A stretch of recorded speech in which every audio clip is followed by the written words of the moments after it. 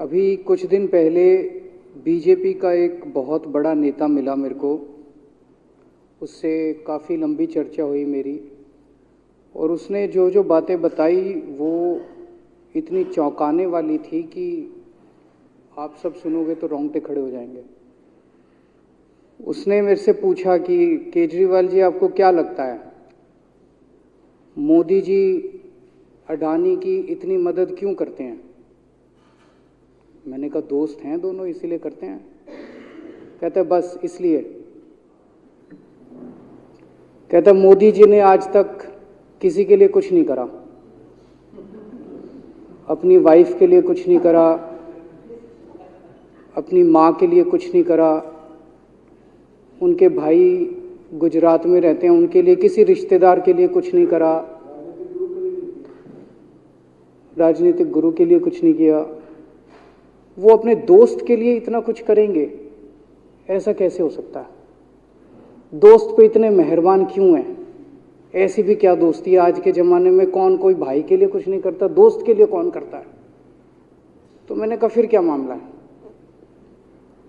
कहते आप खुद सोचो, इतना बड़ा क्राइसिस हुआ, हिंडनबर्ग की रिपोर्ट आई, चारों तरफ थू थू हुई, पूरा क्रैश कर गया अडानी ग्रुप। मोदी जी इतने स्वार्थी आदमी हैं कि अगर केवल मामला दोस्ती तक होता तो 2 मिनट में उसको साइड करते और कहते मेरा कोई लेना देना नहीं इससे। अभी भी उसको बचाने में लगे हुए हैं। कभी एसबीआई को कह रहे हैं इसको पैसे दो, आज अखबार में आया पीएफ वालों को भी बोला इसको पैसे दो। सारी एजेंसी अभी भी उसको पूरी तरह से उसको बचाने में लगे हुए हैं। तो मैं भी अचंभे में रह गया कि मामला तो कुछ अलग ही है। क्यों? ऐसा भी क्या दोस्त हो गया कि दोस्त डूब रहा है और फिर भी उसको पूरी तरह से इतना बड़ा पॉलिटिशियन है। पॉलिटिशियन के लिए तो परसेप्शन सबसे इंपॉर्टेंट होती है। कोई आसपास वाला अगर कहीं, वो तो आदमी कह देता है यार मेरे से मिलना बंद कर दियो कल से। वो उसको अभी भी बचाने में लगे हुए हैं। और उसने मेरे को बताया कि, मैंने कहा फिर मामला क्या है? तो कहता है जी अडानी तो केवल फ्रंट है, अडानी में सारा पैसा मोदी का लगा हुआ है। मैंने कहा ये कैसे हो सकता है?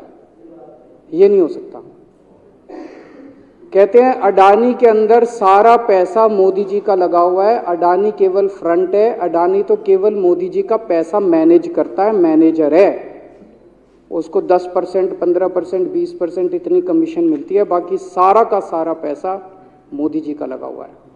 अगर कल को जांच हो गई, जेपीसी बैठ गई, ईडी की जांच हो गई, सीबीआई की जांच हो गई, तो अडानी नहीं डूबेगा, मोदी जी डूबेंगे।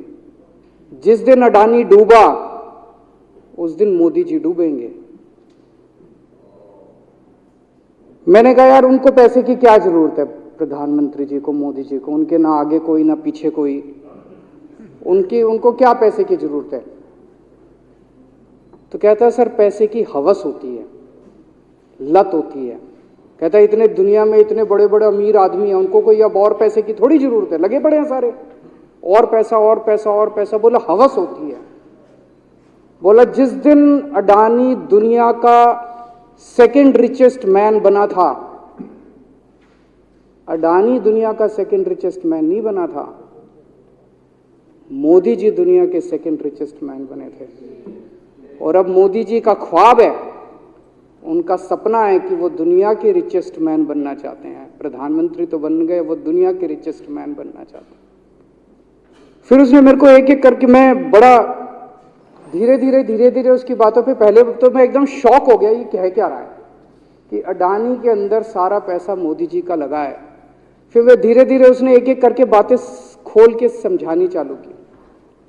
कहता है मोदी जी श्रीलंका गए, श्रीलंका के राष्ट्रपति राजापाक्सा हैं। राजापाक्सा को मोदी जी ने जबरदस्ती करके वहां का विंड प्रोजेक्ट अडानी को दिलाया। क्यों दिलाया? मैं आप लोगों से पूछना चाहता हूं, आप में से कोई विदेश जाएगा तो वहां की किसी एजेंसी को जबरदस्ती करके अपने भाई को, रिश्तेदार को ठेका दिला के आओगे क्या? ऐसे कोई करता है क्या? मोदी जी ने जबरदस्ती राजपाक्षा के ऊपर प्रेशर डाल के वहां का विंड प्रोजेक्ट अडानी को दिलाया। अडानी को नहीं दिलाया, खुद लिया वो प्रोजेक्ट। वो मोदी जी का प्रोजेक्ट है, वो अडानी का प्रोजेक्ट नहीं है। और ये बात कैसे निकली? वहां का जो बिजली बोर्ड है श्रीलंका का, जैसे अपने यहाँ स्टैंडिंग कमेटी है असेंबली की, पार्लियामेंट की स्टैंडिंग कमेटी है, वैसे उनकी भी पार्लियामेंट की स्टैंडिंग कमेटी होती है।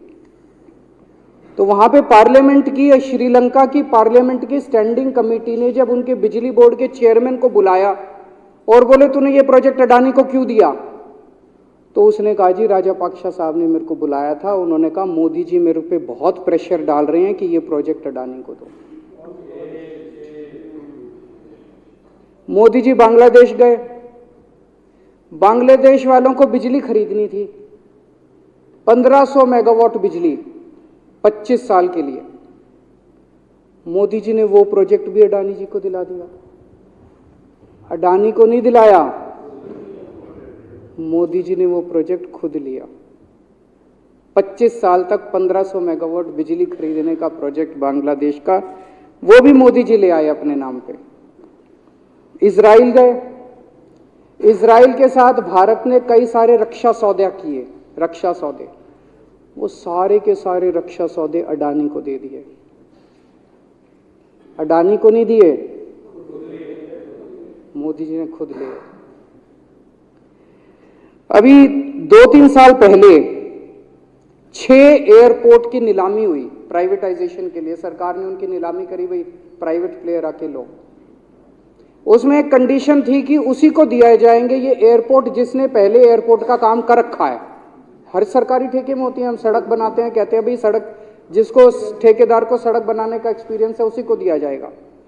हम बिल्डिंग बनाते हैं, हम कहते हैं भाई ये पानी के वाटर ट्रीटमेंट प्लांट लगाते हैं, हम कहते हैं भाई जिसने WTP वाटर ट्रीटमेंट प्लांट इतने लगा रखे हैं उसी को दिया जाएगा। हम सीवेज ट्रीटमेंट प्लांट बनाते हैं, हम कहते हैं जिसको 20 साल का एक्सपीरियंस है, 15 साल का है, उसी को। इसमें भी ये कंडीशन थी कि जिसने इतने साल तक एयरपोर्ट चलाने का काम कर रखा उसी को दिया जाएगा। अब अडानी ने तो कर नहीं, मोदी जी ने तो कर नहीं रखा था, अडानी ने तो कर नहीं रखा था, तो क्या करते? आखिरी मोमेंट पे वो कंडीशन हटा दी गई, बोले कोई एक्सपीरियंस की जरूरत नहीं है। 6 एयरपोर्ट नीलामी पे थे, 6 के 6 एयरपोर्ट अडानी को दे दिए। अडानी को नहीं दिए,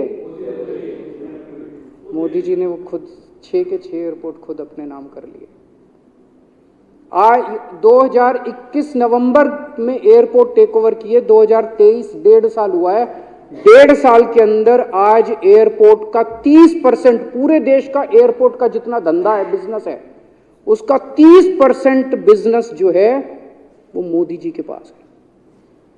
30%, 1.5 साल के अंदर इतना बड़ा भारत देश, इतने एयरपोर्ट, 30% एयरपोर्ट का बिजनेस आज मोदी जी के पास है।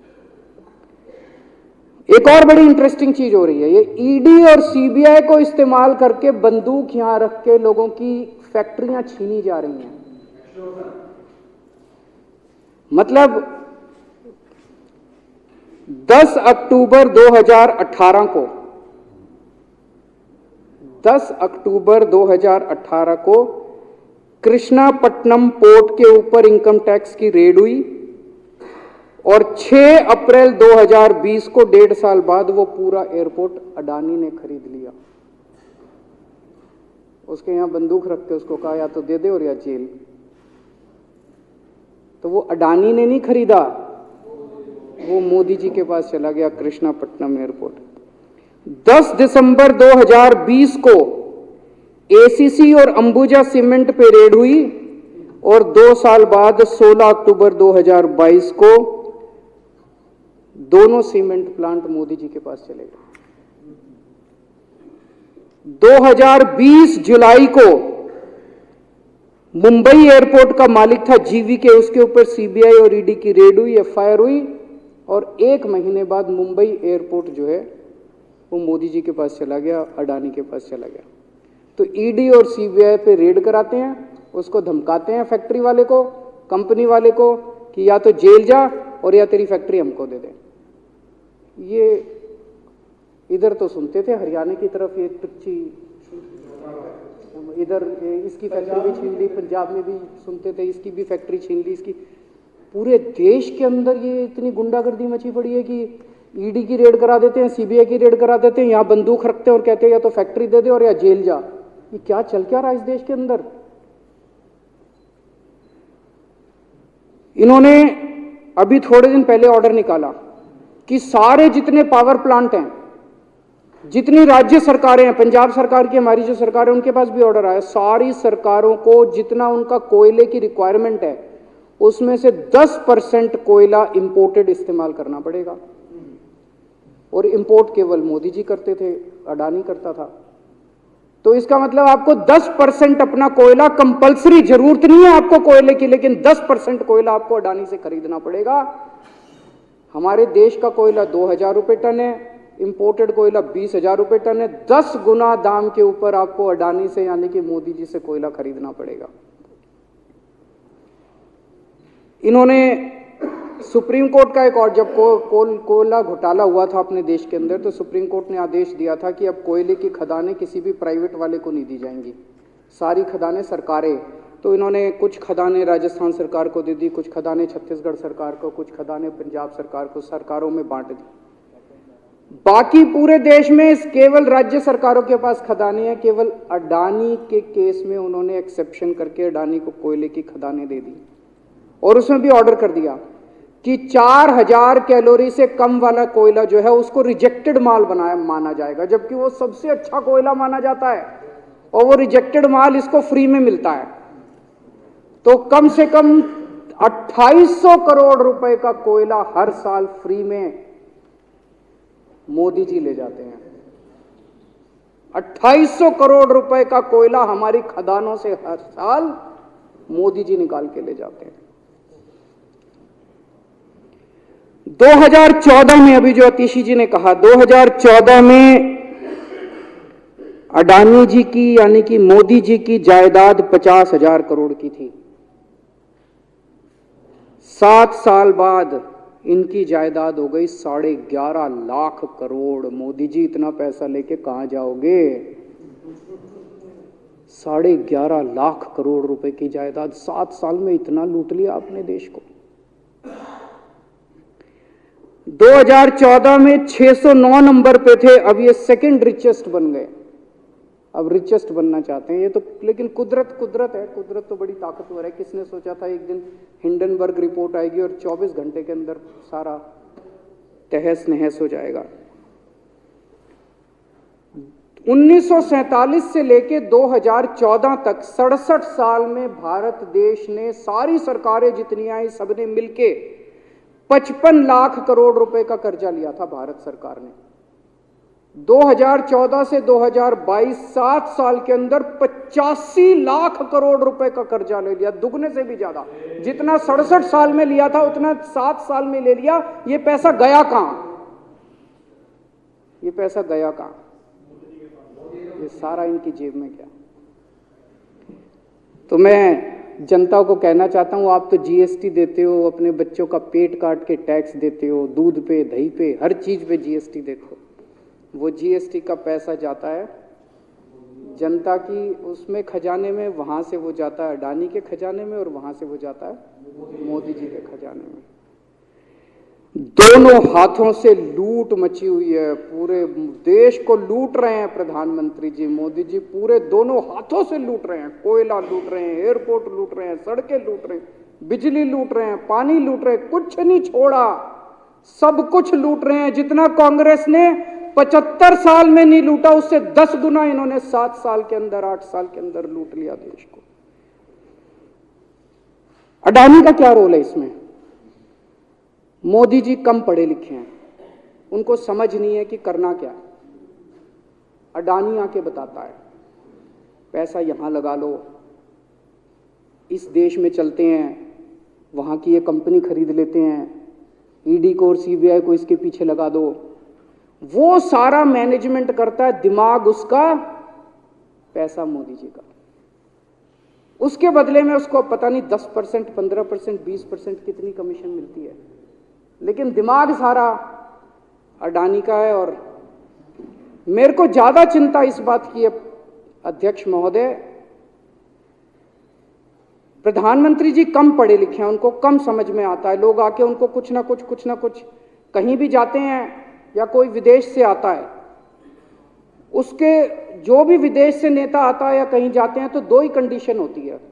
एक तो उसको कहते हैं भाई गले मिल ले, तो फोटो खिंचा ले, गले मिल ले, फोटो खिंचा ले, पार्क में घूम ले, तो वो फोटो खिंचाने के लिए उसको कहा जाता है भाई फोटो खिंचा ले, फोटो खिंचाने के लिए।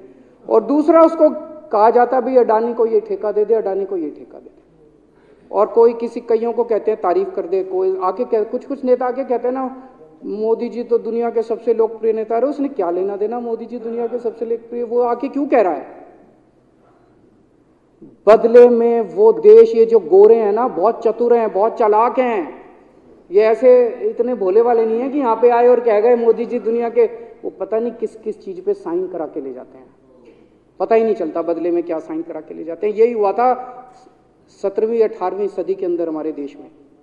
वो ईस्ट इंडिया कंपनी वाले आते थे, उस टाइम के हमारे राजे महाराजे भी ऐसे ही अनपढ़ होते थे, उनको कुछ अकल होती नहीं थी। उनके राज्य, उनके दरबार में आते थे, उनकी तारीफ करते थे, खूब तारीफ करते थे, और पता नहीं किस किस चीज पे साइन करा के ले गए। 100 साल के अंदर पूरा देश अंग्रेजों ने कब्जा कर लिया। वही हाल अब हो रहा अपने देश का कि हमारे कम पढ़े लिखे प्रधानमंत्री हैं, पैसे की हवस है, और मतलब जो भी आता है 2 लाइन उनके उसमें बोल दे, गले मिल ले, पार्क में घूम ले, अडानी को 2 कंपनियों का ठेका दे दे, बदले में पता नहीं देश का क्या क्या बेच दिया इन लोगों ने। बहुत चिंता है हम लोगों को देश की इस वक्त, जिस दौर से देश गुजर रहा है।